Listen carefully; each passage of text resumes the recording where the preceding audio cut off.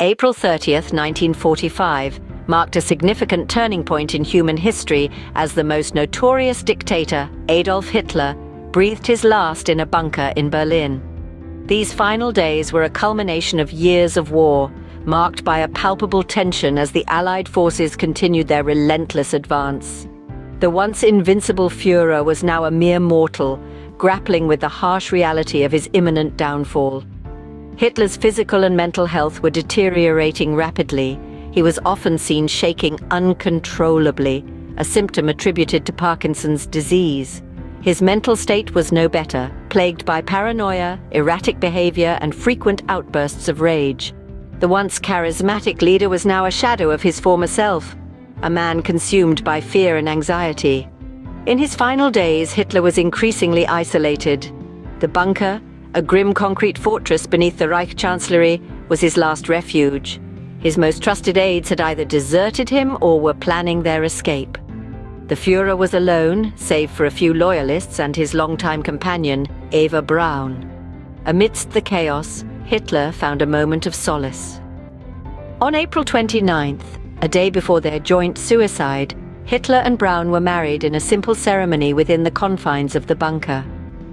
It was a brief reprieve from the harsh reality that awaited them. As the walls closed in, Hitler made the decision to control the only thing he still could, his own life. The end was near, and the man who had once held the world in the grips of terror was about to meet his own fate, not on a battlefield, but in a small, claustrophobic room below the ground. The final act of a dictator's life was about to unfold.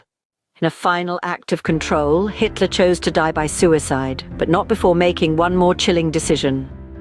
In the confines of his bunker, as the Red Army closed in, Adolf Hitler made his final plans. His method of death was meticulously chosen, a combination of cyanide and a gunshot, ensuring his demise would be quick and certain.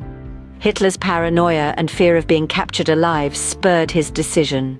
He had seen the newsreels of Mussolini's corpse hung upside down in a public square, and he was determined to avoid such humiliation. He wanted to control his end, just as he had sought to control everything else in his life. But there was another life in the bunker that day, Blondie, Hitler's beloved German shepherd. Hitler decided to use Blondie in a chilling test of the cyanide capsules he and his new wife Eva Braun intended to use. Blondie was more than just a pet to Hitler. She was his loyal companion, following him everywhere, even into the dark depths of the bunker. Hitler's decision to kill Blondie wasn't just a test of the cyanide. It was a testament to his deep-seated paranoia and his desperation to control his fate, no matter the cost. Some may argue that Hitler's act of killing Blondie was a final, twisted show of affection, a way to ensure his loyal companion wouldn't have to live in a world without him. Others see it as a cold, calculated act of a man who valued his own life above all else. Regardless of the interpretation, Hitler's decision to murder Blondie adds a chilling footnote to his final hours. It underscores the depths of his paranoia, his desperation, and his determination to control his narrative, even in death. In a grim testament to his paranoia and desperation, Hitler's last act was not only his suicide but the murder of his loyal companion, Blondie. The death of Adolf Hitler marked the beginning of the end of World War II, but his legacy left an indelible mark on history. In the immediate aftermath of his death, a shroud of secrecy enveloped the discovery of his and Eva's bodies. German officials, desperate to maintain what little control they still had, attempted to conceal the truth of their leader's demise. The end of World War II brought with it a collective sigh of relief, yet the world was forever scarred by the atrocities committed under Hitler's regime.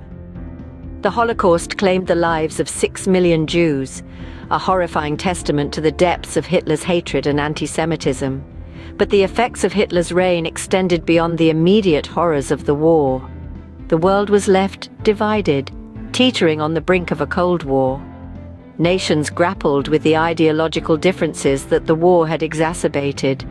The power vacuum left by Hitler's death further fueled these tensions, setting the stage for years of political and military standoffs. Hitler's final moments serve as a sobering reminder of the destructive power of absolute control and the horrifying consequences of unchecked hatred. So, we've delved into the final moments of Adolf Hitler, a dictator whose actions shook the world. We journeyed through his final days, unraveling the reasons behind his decision to commit suicide and the tragic end of his loyal dog. We've also touched on the aftermath of his actions, how his reign of terror left an indelible mark on the world and shaped the course of history.